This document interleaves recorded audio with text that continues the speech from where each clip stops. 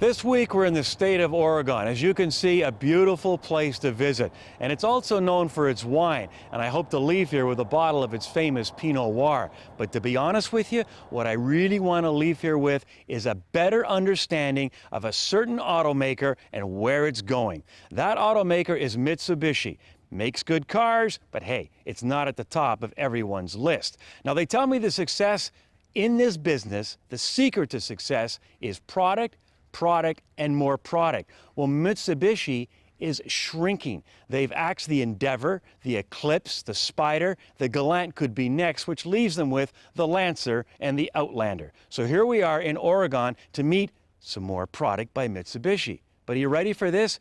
It's an electric car. Who is buying electric cars? So this week, we're going to try and find out Mitsubishi's motivation and also check out the MiEV.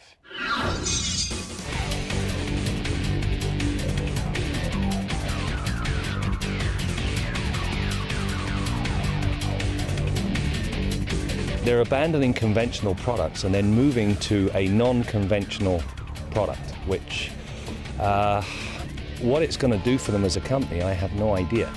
I get the sense that it's going to be a tough sell. Do I see this as being the answer to everything? No, but I see it as an alternative to people that are tech savvy, but they want to try and do their part to lower emissions. It's uncharted territory. We honestly don't know how big the market's going to be, but it's the wave of the future. It's where we're going as a company, but we're still staying Mitsubishi. It's still fun to drive. This is the first fully electric vehicle for Mitsubishi Motors in North America.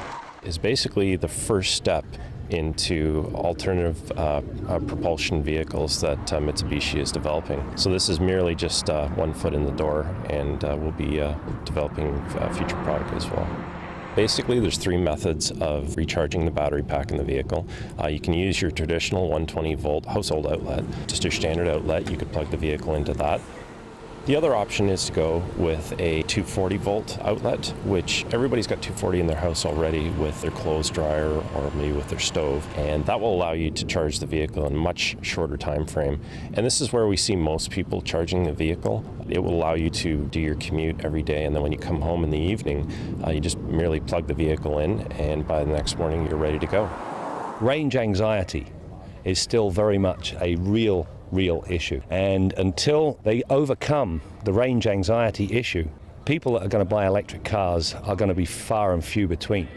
It is going to be a limited market. I mean, realistically, it's urban commuter. You're not going to drive to the national park in this thing until you get the infrastructure going. So there'll be select people. You'll get the people who really need it. Could be the second car, third car in their fleet, but they'll probably have another car as well. You know, I don't care what kind of fuel is being used to propel our vehicles of the future. You gotta have some infrastructure. Remember natural gas? You couldn't find a place to fill up, and that same challenge faces electric. However, they're doing their part here in Portland, Oregon. It's called Electric Avenue. Some electric companies have got together to set up a block of plug-ins. Now, you have to pay for the parking, but the electricity is free. Well, not really, because I'm paying for it. In fact, we're all paying for it. The vehicle is actually rear-wheel drive. The motor is actually 66 horsepower, 145 pound-feet of torque, which is substantial for a small electric motor.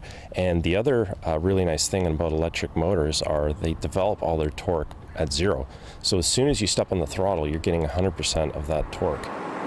Most cars come with key fobs these days, and the MiEV is no different. But this one, well, it has a different function. This is a connection between you and your car. You're in your house, the car's in the driveway or in the garage, and you can set the time of the charge to begin and for how long. You can also monitor that charge. You can also set the temperature of the interior cabin. And the reason is quite simple. Most of the stress on the battery comes from either the motor or the HVAC system. This way, by the time you're ready to drive the car, the temperature is just perfect, less stress on the battery, and you'll get more out of that charge. It's a strange move. I think they're brave for doing it, but you know, sometimes bravery is also mistaken for being foolhardy, and I think they're foolhardy in this instance. Is this going to be a commuter car that people are facing a commute of like 100 plus kilometers a day? No, it's not the answer to that. But for people that can afford to have a second car that they can use to run about in the city, I think it's a great vehicle. Mitsubishi says you're not going to lose anything by going from a gasoline engine to an electric car like the MiEV. Well, I disagree. There's a list of things you're going to lose, especially convenience. Yes, I know it's a car for strictly urban driving, but it's a pretty expensive second or third one-dimensional vehicle to have in your garage. Now, as for the car itself, I like it. I mean, that electric motor, instant torque, it handles itself well on the highway, quiet inside, you've actually got luggage space, and if I could drop into a gas station and fill up with electricity just like I do with my gasoline car, hey, I am there. But you know, electric cars have been around for a long time, and the same problem persists: range anxiety.